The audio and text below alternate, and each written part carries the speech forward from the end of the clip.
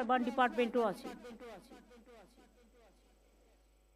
আমি পরিষ্কার বলছি, যারা গভর্নমেন্ট ল্যান্ড দখল করে অলরেডি বসে গেছে, নতুন করে যেন আর কোনো এনক্রোচমেন্ট না হয়। এটা কিন্তু নতুন করে কোনো এনক্রোচমেন্ট হলে আমি সেই এলাকার এসপিকে এবং আইসিকে আমি সঙ্গে সঙ্গে অ্যাকশন নেব, এবং বিডিওরাও বাদ যাবে না। ডিএমরাও যদি ভাবে আমি ঘরে বসবো, আমি এগুলো লক্ষ্য রাখবো না, আমি কাউকেই টলারেট করবো না। এবং মিনিস্ট্রি থেকে শুরু করে, কাউন্সিলর থেকে শুরু করে, পঞ্চায়েত থেকে শুরু করে, কেউ যদি মনে করে নিজের স্বার্থে আমি জায়গা দিয়ে দেবো, সেটাকেও আমি টলারেট করব না। আইন কখনো বৈষম্য হয় না, আইন সবার জন্য এক। তাই আমি বিশেষ করে panchayat department, illegal urban department, municipality department and other department, জোর দখল যেগুলো দখল হয়ে গেছে অলরেডি অনেক দিন ধরে বামফ্রন্টের আমল থেকে, ইলিগাল অকুপেন্টস যারা, তাদের নিয়ে একটা পলিসি আজকে মিটিংয়ে করে দাও, যেটা হচ্ছে আমরা একটা, ওখানে অনেকে বাইরে থেকে আসছে, সরকারি জমির ওপরে ফ্ল্যাট তৈরি করছে বেআইনিভাবে, এবং ফ্ল্যাটগুলোকে বিক্রি করে দিয়ে বাইরে চলে যাচ্ছে, আর কিন্তু এখানে থাকছে না, এটা স্থানীয় নয় বেশিরভাগ, আমি খোঁজ নিয়ে দেখেছি। তাকে যেখান থেকে পারো ধরে আনো। আরে এই জমিগুলোর মিউটেশন কে দিল? বিল্ডিং এর পারমিশন কে দিল? তাদের বিরুদ্ধেও কিন্তু অ্যাকশন হবে, এবং অ্যাকশন অনুযায়ী কাজ হবে। এটা পুলিশ ডাইরেক্ট হাতে নেবে, জেলাকে দেবে না, স্টেট পুলিশ করবে। এখানে একটা পেনাল্টি ইম্পোজ করে যারা বসবাস করছে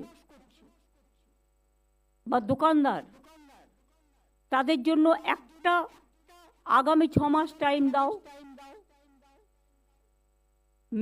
আমরা জানুয়ারি, ফেব্রুয়ারি, মার্চ, এপ্রিল, মে, জুন মাস পর্যন্ত টাইম দিলাম। গভর্নমেন্ট যেটা বাজার দর করলে তোরা দিতে পারবে না, বাট আমরা একটা ন্যাশনাল পলিসি করব 80-20 করে, যেটা বড় বিল্ডিং তার জন্য 100% হবে, কিন্তু গরিব যারা সাধারণ মানুষ তাদের জন্য কনসেশন হবে করে, একটা রেট করে, first tyre, second tyre, third tyre করে তাদের একটা পেনাল্টি ইম্পোজ করে, কারণ তাদের কিন্তু একটাও লিগাল কোনো কাগজপত্র নেই, আর যারা দিয়েছেও কাগজপত্র সেটাও ইল্লিগাল। সেই কাগজপত্র কিন্তু ইল্লিগাল, এটা কিন্তু বুঝতে হবে। সুতরাং তাদের লিগালাইজ যাতে তারা করতে পারে, অরিজিনাল যেটা, আমরা ওদের প্রতি সিম্প্যাথেটিক, কিন্তু যারা এটা নিয়ে ব্যবসা করে খেয়েছে তাদের প্রতি আমরা সিম্প্যাথেটিক নই। একটা পেনাল্টি ইম্পোজ করে টাকাটা ধার্য করে দাও, যাতে তারা গভর্নমেন্টকে একটা টাকা দেয়, যে টাকাটা গভর্নমেন্ট বলবে, কিন্তু জুন মাসের মধ্যে করতে হবে। আর যারা কমার্শিয়াল বানিয়েছে তাদের জন্য কিন্তু 100% পেনাল্টি দিতে হবে। আর যারা বানিয়ে পালিয়ে গেছে তারা যেখানেই যাক সেখান থেকে ধরে আনতে হবে, এবং দরকার হলে তার প্রপার্টি ক্রোক করে, যেটা ইডি সিবিআই করে, এটা করতে হবে। এখানে আমি কোনো এক্সকিউজ শুনবো না। কোনো নেতারা যদি এর জন্য দাবিদারি করে, যে পার্টিরই হোক, আমি তাদের কথাও শুনবো না। আইন। গরিব লোকের কোনো দোষ নেই, এবং সাধারণ লোক বেচারা ভাবছে সে একটা বাড়ি করছে, বাড়িটা আমি একটা ফ্ল্যাট নিই, তার দোষ নেই।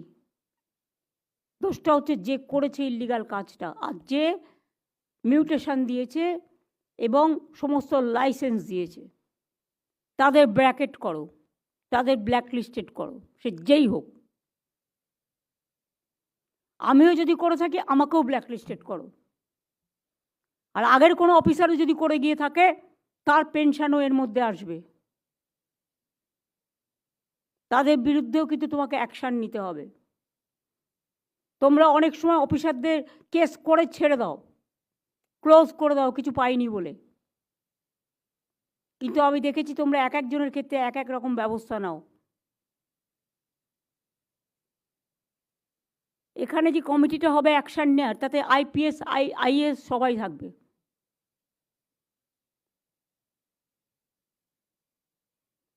এবং WBPS WBCSও থাকবে।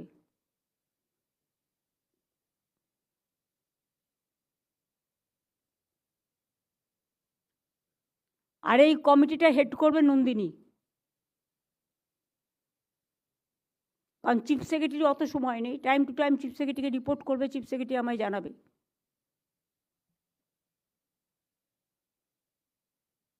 ববি, এটা আমার বলার ছিল মিউনিসিপ্যালিটি অ্যান্ড আরবান ডিপার্টমেন্ট এবং পঞ্চায়েত ডিপার্টমেন্টকে। তোমরা দেখে নেবে গরিব লোকেরা যে বাড়ি নিচ্ছে, সেই বাড়িগুলো যাতে পঞ্চায়েতকে আমি বলছি ঠিক মতো হয়, ডিএমদের বলছি, বিডিওদের বলছি, সার্ভে করুন। আপনারাই তো সার্ভে করেছেন। আপনারা সার্ভে করার পরে যদি কোথাও কোনো ভুল বেরোয়, সেই ভুলটা কিন্তু যে জেলা বা বিডিও বা আইসি এই সার্ভেতে ছিল বা ডিপার্টমেন্ট, তাদের বিরুদ্ধে অ্যাকশন হবে, এটা মাথায় রাখবেন। এখন থেকে আমি রাজীব কুমারকে বলবো প্রত্যেকটা ডিপার্টমেন্টে অ্যাপ করতে। প্রত্যেকটা টাকা আমাদের ব্যাংকের থ্রুতে যায়, কিন্তু আজকালকার দিন সময় খারাপ, হ্যাক করে নেয়, ব্যাংকের টাকাও হ্যাক হয়ে যায়, ব্যাংক নিজেরটাও ঠিকমতো কেয়ার করে না।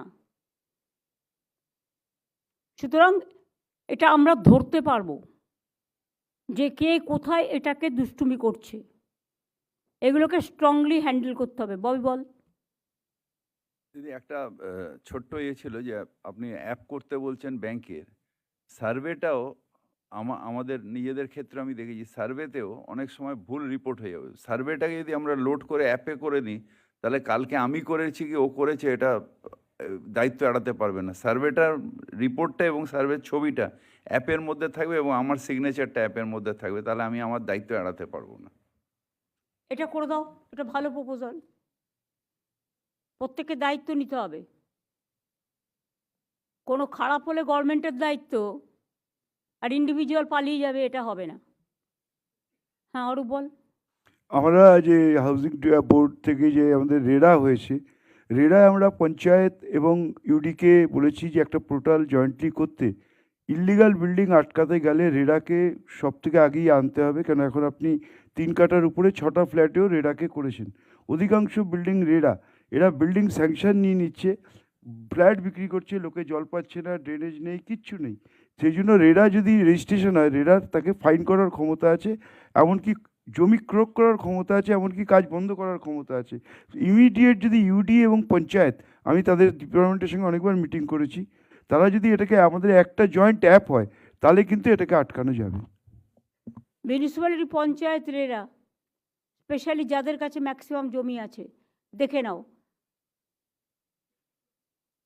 এবং ইরিগেশন ডিপার্টমেন্টে অনেকে নদীর ওপরে বসে আছে, ফলে নদী বন্ধ হয়ে যায়, বাঁধ ভেঙে যায়, তাদের অন্য জায়গায় শিফট করার ব্যবস্থা করতে হবে। গরিব মানুষকে তো আর ফেলে দেওয়া যাবে না, তারাই আমাদের সম্পদ। তাদের অন্য জায়গায় ফাঁকা জায়গায় দেখে ডিএমের সাথে কথা বলে ব্যবস্থা করতে হবে। এর জন্য প্রত্যেকটা ডিএমকে আমি বলছি তার নিজস্ব এলাকায় এটাকে দেখে নিতে হবে। আর দিদি, পুলিশকে দেখতে হবে যাতে আবার কেউ না এসে বসে পড়ে। অনেকে ফ্ল্যাট নিচ্ছে, পুলিশকে যতই বলো, পুলিশ কিছুতেই এটা করে না। আবার এসে বসে আছে। প্রবলেম কি, এরা 3 কতজনকে দেবো? বছর একটা সার্ভিসে থাকে। ইলেকশন কমিশন নিয়ম করে দিয়েছে 3 বছর পর পর ট্রান্সফার হতে হবে। 3 বছর এক জায়গায় কেউ থাকতে পারবে না। এই নিয়মের জালে আমরা ফেসে গেছি। যে 3 বছরের জন্য কাজ করতে যাচ্ছে, ডিএমই হোক, এসপি হোক বা অন্যান্যরাই হোক, তারা ভাবছে আমার তো 3 বছর 2 বছর কাজ, আমি আমারটা করে দিয়ে চলে যাই, আমার কি দরকার প্রোঅ্যাক্টিভ হওয়ার। তো এখন থেকে আজকে সিদ্ধান্ত নেওয়া হচ্ছে, তার সময় যদি কোনো ইললিগাল কাজ করা হয়ে থাকে, সেটাকে স্ট্রংলি হ্যান্ডেল করে সে যেখানেই থাকুক তাকে ধরা হবে। আর বারবার বলা হচ্ছে যে কোনো কেউ ট্রান্সফার হলে কোন কোন কাজ চলছে, কোনটা তিনি করেছেন, সেগুলোর একটা পরিষ্কার একটা চিত্র যে জয়েন করবে তার হাতে দিয়ে দেওয়ার জন্য। কিন্তু সেটা করছেন না। আমি এটা মনোজকে বলবো আবার বলে দিতে, ববি আর সাবিনা বেরিয়ে যাও।